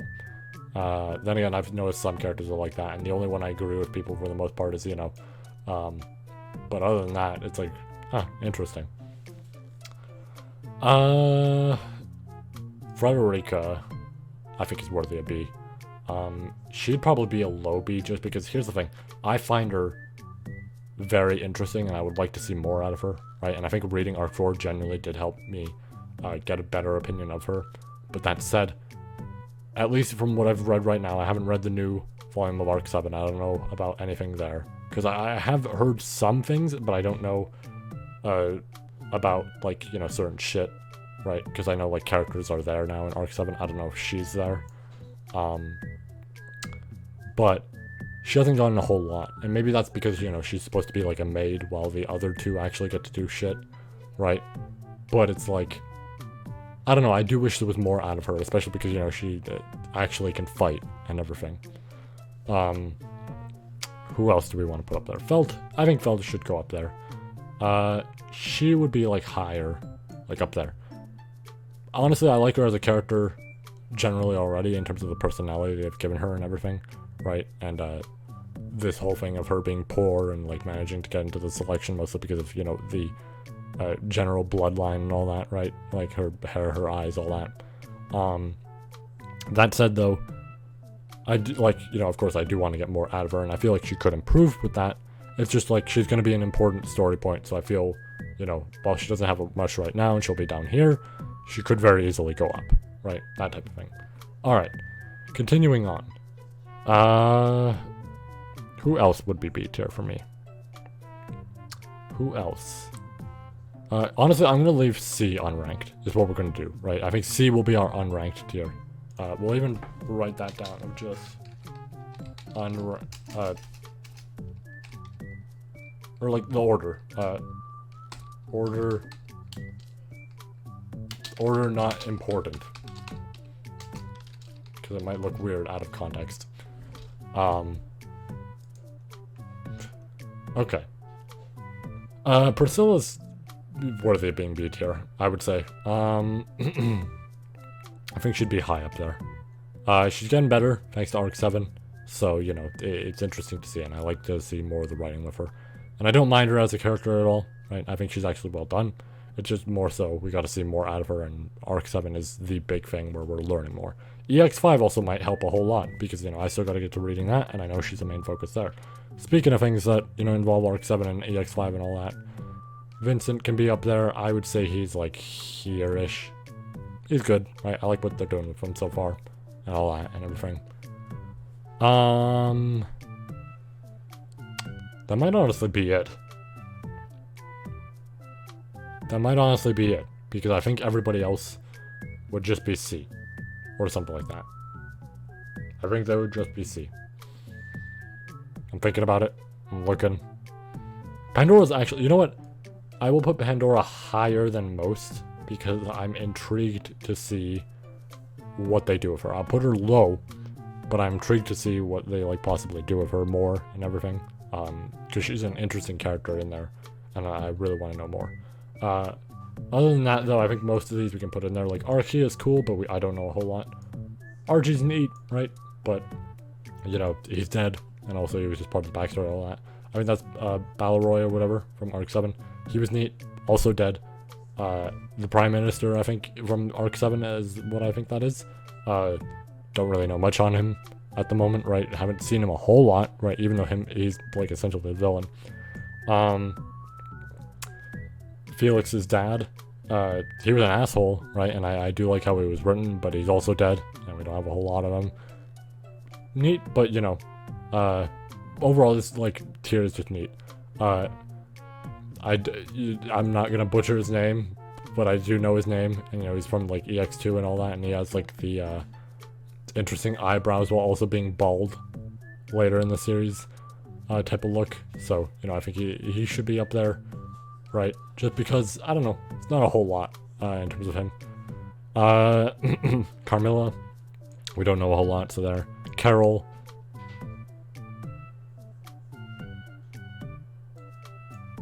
Put Carol there.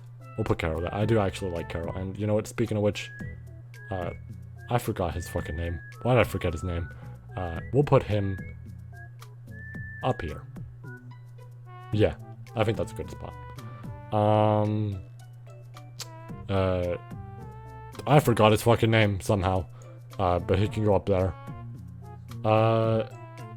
Klein, I don't know enough about, so I can't really give much of an opinion. Daphne, up there. This dude's interesting because he has a connection to Melee, and I'm curious, right? He might go up depending on what that connection is and all that. Flugel's neat, but I don't know enough about him. But that said, you know, he does also seem like a similar echidna scenario in terms of certain things, especially regarding Shaula, right? When comparing like Echidna and Beatrice, Shaula and Flugel, all that. Gustav, he's pretty neat, but you know, at the current moment, there's not a whole lot. He might actually be there for, you know, the big war at the end, or like the most likely war that will be there. This dude, who I don't remember the name of, but he was in the IFs. He was cool. We haven't seen him since, or at all. So, you know, Felix's actual mom, that was a neat twist. I wasn't really expecting it too much, even though I had already kind of known. I completely forgot, and it was a neat twist to see. Other than that, character's dead. Doesn't really amount to much. Hector is interesting, and I'm interested to know more, but, you know, honestly, I'm kind of less interested than I am Pandora. I'm still very interested to learn more, but, you know, that's where I feel. Heinkel, I think actually, no, Heinkel should be B, right? There's stuff to him that makes him better and everything, like low B. But, you know, there is like an actual character to him, and like when you see, you know, before and after and everything like that, and generally how they've done him in Arc 5 and Arc 7 and all that, it does make him interesting. So you know what, I think he should actually be in B. The Mimi brother people up there, because I don't know what opinion to properly give them. The lizard dude from Arc 7, he's cool, but I don't have a whole lot of him out of him just yet.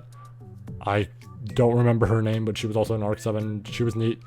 Once again, right, a lot of these are just, I don't have it like enough out of them. Jamal's cool. Jamal gets to be the lowest B. Like, honestly, the B rating right now is like, these two are fine where they are, right? No, oh shit, I didn't mean to move them. Jamal would probably be lowest, because I'm interested to see more, and he actually is pretty cool as a character, generally right now. Joshua's neat, but he's also comatose, and I, you know, don't have enough on him to properly give an opinion. Kataman, Apis, right? I don't know what else to say. This dude is neat, and I'm sure I'll see more out of him. So maybe he'd be lowest B, but like, he does have a cool ability, and he'll be lowest B. I keep making lower and lower B characters, but I think he will be the lowest. That said, he might go up, because I know he gets stuff with the newest volume, so, you know, I'm excited to see there But, you know, Subaru's dad, he gets to be there because I don't know what opinion to give, but he is pretty great. I gotta give him credit. He has a pretty great dad. I remember her and everything, but, you know, not enough. I just realized he's here. Big Kurgan. I think I actually have to put Kurgan higher. Like, I'm honest to God gonna put him here. Because I do like the big, strong man whose entire goal is to be big, strong. I do kind of like that. This dude was neat, but honestly, I didn't have much of a huge opinion on him when I was reading EX2. Madeline's cool. I'll put her actually higher in B. I'll put her higher than, like... higher than Jamal. She'll be in B. Meliquaris, or whatever his name is, neat, but I mean, we got an OVA with him, and that's about it. I don't know what really to say other than, you know, it's interesting to see him as this big spirit and everything. Minerva's neat, and I'm sure we'll get more out of her because there seems to be a connection there with Amelia or something like that. There's something. But, you know, Mizelda, also neat, but, you know, once again, not enough. Robot Man is cool, and he's the only one I left on here because I like his design of being big robot man whose proportions are weird. That's the only reason he is like one of the few, you know, elite dudes that is just like actually on the tier list. Just because it's like, oh yeah, I find his design funny. Subaru's mom, also great, but at the same time, just a, you know, character to flashback. Albert actually should be higher. I didn't even realize that he was on here. Somehow, even though this is all the characters, I somehow didn't notice. That's a good spot for him. I think he's actually worthy of being there. Juice, why the fuck did I not rank Juice? I'm upset at myself. Up here. Up here. There. Right there. Good. Petra also should honestly be ranked higher. Like, I would argue maybe here. I know some people don't like Petra. I'm cool for her. I think she's a okay character. This dude from the EX2, he died. I don't remember his name, but he was interesting. Garfield's mom. It was interesting to see what happened with her with Arc 5, right? But overall, I don't know that we'll see her again or anything like that. We may. Who knows? Old Man Rom. I'm now considering the fact that he was in EX2, so you know what? Like, that was him in EX2 and everything, so, there. Roy. I'm actually putting Roy in C because Roy doesn't get to do shit. Roy gets fucked over. The only win he gets is against Julius, and that's about it.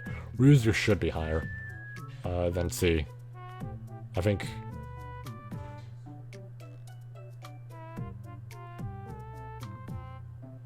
Yeah, that is good. That is good. Schult, not much of an opinion on him, so I think C's fine. Just because it's like, okay, he's interesting with what they're doing with Arc 7 a bit, but I don't have, you know, too much to say about him. Fucking Sekhmet, also C.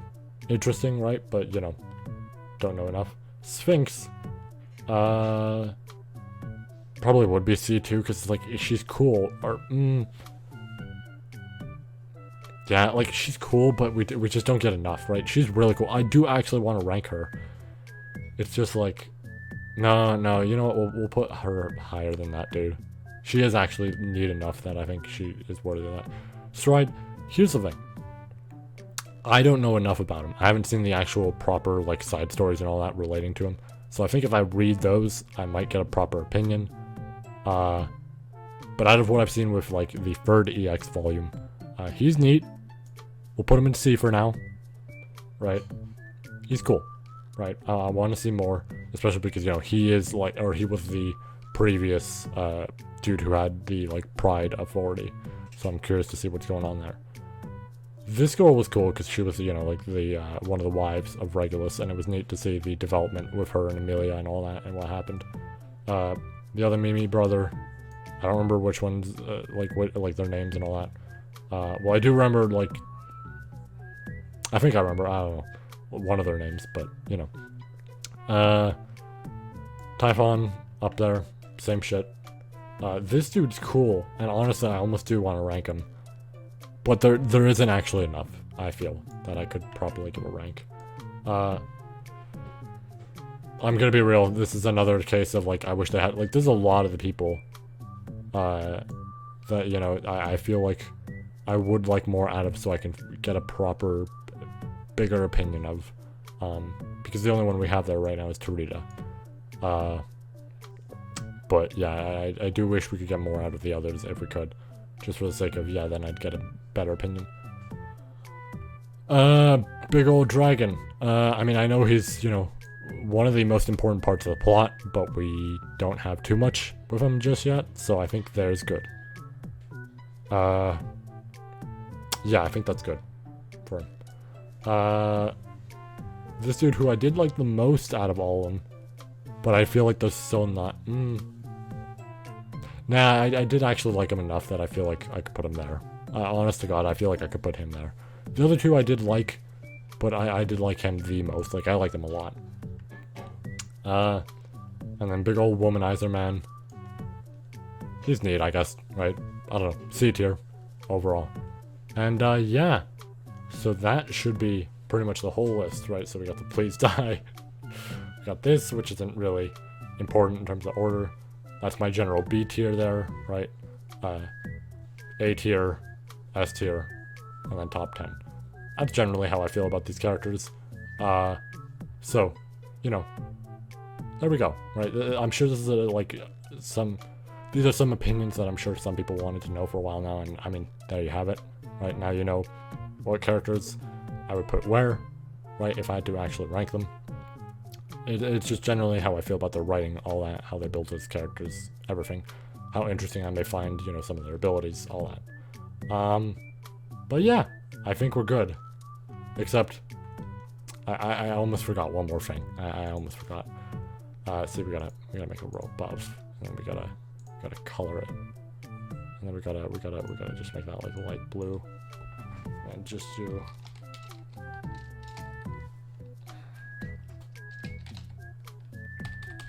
Alright, so we just do that, right? And then we just put